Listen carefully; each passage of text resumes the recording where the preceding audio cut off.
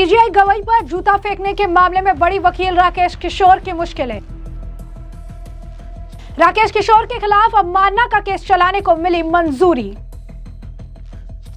Supreme court bar association ने की थी राकेश किशोर के खिलाफ अवमानना की कार्रवाई की मांग। भारत के मुख्य न्यायाधीश यानी सीजेआई बीआर गवई पर सुप्रीम कोर्ट में जूता फेंकने की कोशिश करने वाले राकेश किशोर की मुश्किलें लगातार बढ़ती नजर आ रही है। इस बीच अब अटॉर्नी जनरल आर वेंकटमणि ने जूता कांड में राकेश किशोर के खिलाफ अवमानना की कार्रवाई चलाने की अपनी मंजूरी दे दी है। भगवान विष्णु पर सीजीआई गवई की टिप्पणी से नाराज राकेश किशोर ने 6 अक्टूबर को उन पर भरी कोर्ट में जूता फेंकने की कोशिश की।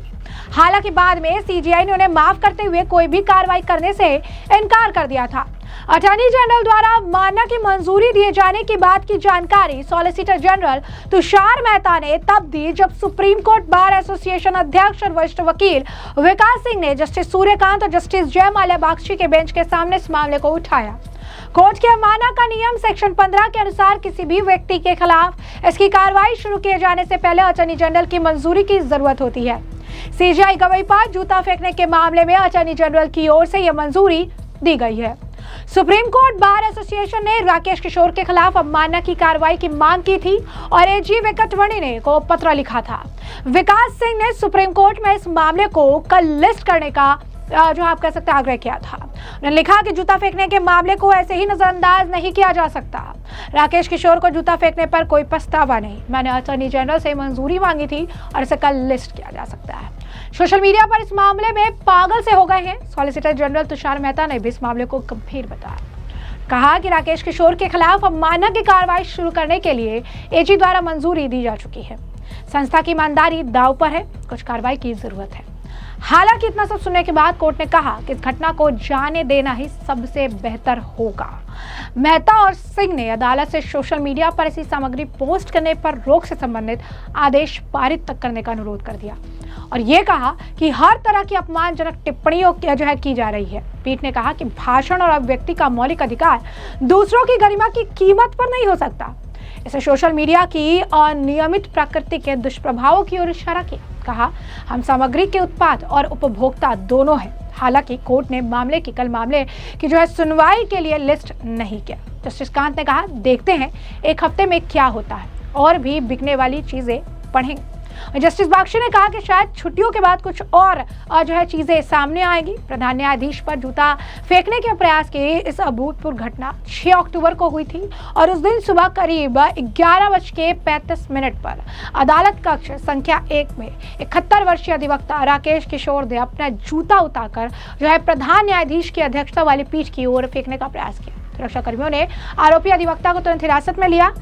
इस घटना ने सीजीआई से आपको बता दें कि सीजीआई ने अदालत के अधिकारी और अदालत कक्ष में मौजूद जितने भी सुरक्षा कर्मी थे इसे नजरअंदाज करने को और राकेश किशोर को बरी करने को कहा था और उन्होंने उसे माफ करने की बात कही थी। लेकिन इसके बाद विपक्ष ने भी मोर्चा खोल दिया। तमाम तरीके की रिएक्शंस आने लग गए और मामला तब और ज्यादा हाईलाइट हो गया जब यह बात निकलकर सामने आई कि सीजीआई ने माफ कर दिया है। और वकील राकेश किशोर से जब मीडिया बातचीत के लिए पहुंची तो उन्होंने बातचीत में ये कहा कि उन्हें अपने कृत्य के लिए कोई भी पछतावा नहीं, ना ही वो डरते हैं। उनके बयान पर उनका रिएक्शन था, उनका वो एक्शन था, इनका ये रिएक्शन था। उन्होंने ये भी बताया कि कैसे भगवान विष्णु का उन्होंने अपमान किया था और इसी वजह से जब वो सो रहे थे तो उन्हें भगवान ने कहा कि देश में इतना कुछ हो रहा है और तुम सो रही हो। और इसी वजह से फिर बाद में उनका कहना है कि दैवी शक्ति उन्होंने ऐसा कहने के करने के लिए कहा था और उन्होंने जूता फेंक कर मारा। और इसके साथ उन्होंने ये भी कहा कि इस बात के लेकर उन्हें कोई भी पछतावा नहीं है। उनके इसी बयान को आधार बना के उनके खिलाफ अवमानना की कार्रवाई करने की मांग उठने लग गई। जरा सुनिए क्या कुछ था राकेश किशोर का वो बयान जिसके वजह से उनकी मुश्किलें ज्यादा बढ़ गई। बात यह है कि मैं बहुत ज्यादा आहत हुआ कि 16 सितंबर को चीफ जस्टिस के कोर्ट में एक पीआईएल किसी व्यक्ति ने दाखिल की तो गवई साहब ने उसका पूरी तरह से पहले तो मजाक उड़ाया। मजाक इन द सेंस कि ये कहा कि भाई आप मूर्ति से प्रार्थना करो, जाके आइडल से कहो कि वो अपना सर खुद रिस्टोर कर ले। जबकि हम देखते हैं कि यही चीफ जस्टिस बहुत सारे धर्मों के खिलाफ जो दूसरे समुदाय के लोग हैं आप सब जानते हैं वो लोग कौन हैं। उनके खिलाफ जब कोई केस आता है तो बड़े बड़े स्टेप, जैसे मैं एग्जाम्पल देता हूँ, हल्द्वानी में रेलवे की जमीन पर एक विशेष समुदाय का कब्जा है। जब उसको हटाने की कोशिश की गई तो सुप्रीम कोर्ट ने स्टे लगा दिया 3 साल पहले, जो आज तक लगा हुआ है। ऐसे ही नुपुर शर्मा का जब मामला आया तो कोर्ट ने कह दिया आपने माहौल खराब कर दिया। ये सब तो कहते हैं, रोक लगाते हैं, वो सब करते हैं, बिल्कुल ठीक है। लेकिन जब हमारे सनातन धर्म से रिलेटेड कोई मामला आता है, चाहे वो जल्लीकट्टू हो, चाहे वो दही हांडी की ऊंचाई तय करनी हो, या कोई भी मुद्दा हो छोटा मोटा, तो उसके ऊपर वो जरूर ऐसा कोई ना कोई ऑर्डर पास करते चली आ रही है ये सुप्रीम कोर्ट, जिससे कि मैं बहुत दुखी हूं कि ऐसा इन्हें नहीं करना चाहिए। ठीक है, उस आदमी को रिलीफ नहीं देनी थी, मत दीजिए, मगर मजाक भी मत कीजिए उसका। फिर उससे कहा कि आप जाके मंदिर की उसी मूर्ति के सामने मेडिटेट करें। हम कोई ऑर्डर, अन्याय, ये इनजस्टिस ये किया कि उसके रिट पिटीशन को खारिज भी कर दिया। तो इन चीजों से लेकर मैं बहुत आहत था। वैसे मैं हिंसा के बहुत ज्यादा खिलाफ हूं, मगर ये आप लोग ये भी देखिए कि एक अहिंसक आदमी, सीधा सच्चा आदमी, जिसके ऊपर कोई केस आज तक नहीं है, किसी ग्रुप को नहीं बिलोंग करता है, उसको क्यों ये सब करना पड़ा। ये जरूर सोचने वाली बात है, पूरे देश को ये चिंतन करने वाली बात है कि ऐसा क्या हो गया आखिर। मैं भी कम पढ़ा लिखा नहीं हूं, मैंने भी MSc PhD LLB, मैं भी गोल्ड मेडलिस्ट हूं।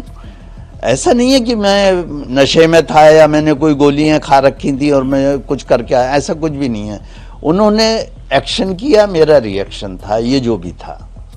तो आप इसके लिए जैसे लेना चाहें लीजिए। आई एम फ्री टू से दिस थिंग कि मैं फियरफुल नहीं हूं किसी चीज के लिए, ना मुझे कोई इस बात का अफसोस है कि क्या हुआ क्या नहीं हुआ। नहीं, मेरा मैटर नहीं लगा हुआ था, लेकिन ये बात है कि मैं पहले से सोच के इसलिए गया था क्योंकि 16 सितंबर के बाद से मुझे नींद नहीं आ रही थी, और कोई परमात्मा की शक्ति मुझे नींद से उठा के कहती थी कि भाई ये क्या कर रहे हो, तुम सो रहे हो, देश जल रहा है, तुम सो रहे हो। तो इसलिए मुझे ये करना पड़ा।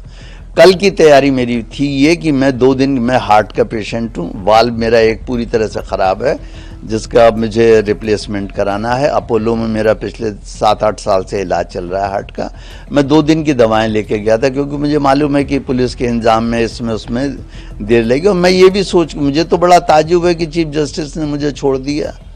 मैं इसे उनका उपकार मानूं, एहसान मानूं कि क्या मानूं, ये मैं नहीं समझ पा रहा हूँ।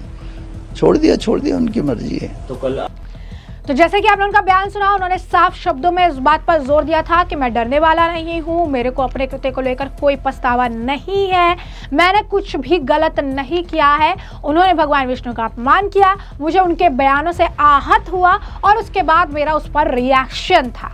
और इसी मामले को लेकर राकेश किशोर के मुश्किलें बढ़ गई। राकेश किशोर के खिलाफ अवमानना का केस चलाने को अब मंजूरी दे दी गई है। सुप्रीम कोर्ट बार एसोसिएशन ने वकील के खिलाफ अवमानना की कार्रवाई की मांग की थी। उनका ये कहना था कि इस तरीके के कृत्य को बिल्कुल भी नजरअंदाज नहीं किया जा सकता है।